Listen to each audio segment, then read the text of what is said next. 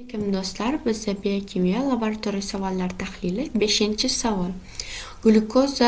Glyukoz oksidaza usullar, reaktivlar va reaksiyalar mexanizmini tushuntirib bering deyilyapti. Ishlatiladigan reaktivlarimiz bu Trinder reaktivi hisoblanadi. Bunda glyukozani aniqlash uchun zamonaviy laboratoriyalarda tayyor reaktiv to'plamlardan, ya'ni naborlardan foydalanamiz. Ularning asosiy ishchi reaktivi monoreaktiv o'zidagi quyidagilarni jamlaydi. Ya'ni birinchidan fosfat buferi bu pH 7 atrofida bo'ladi. Fermentlarning barqaror ishlashi uchun optimal muhitni ta'minlay bera oladi va ikkinchisi bu glyukoz oksidaza fermenti hisoblanadi. Faqatgina beta va D glyukozaga ta'sir qiluvchi yuqori spesifik ferment hisoblanadi.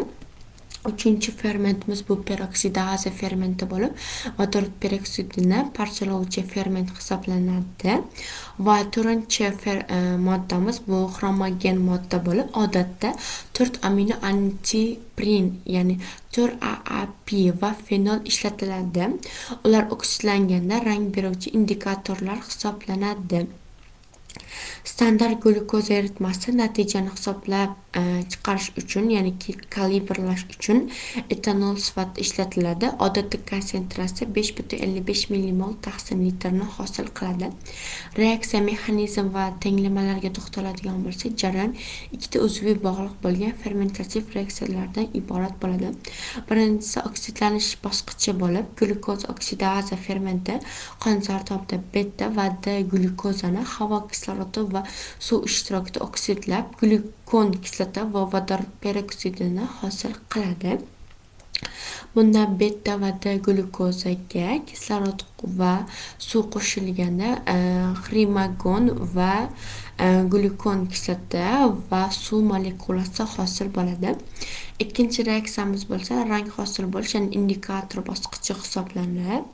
Birinchi reaksiyada hosil bo'lgan vodorod peroksidaza fermenti ishtirokida parchalanadi va ajralib chiqqan kislorod xromogen moddalardan oksidlaydi va natijada pushti qizil rangli xinonimin kompleksi va suv hosil bo'ladi.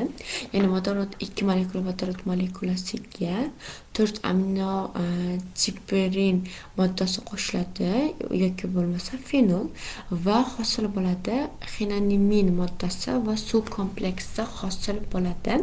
Bu moddamiz qizil rangli hisoblanadi. Endi bu savolga umumiy xulosa qiladigan bo'lsam, hosil bo'lgan qizil rangning intensivligi, ya'ni to'qligi to'g'ridan-to'g'ri qondagi glyukoza miqdoriga proporsional bo'ladi. Rangi qancha to'q bo'lsa, qand miqdori shuncha baland deb aytishimiz mumkin.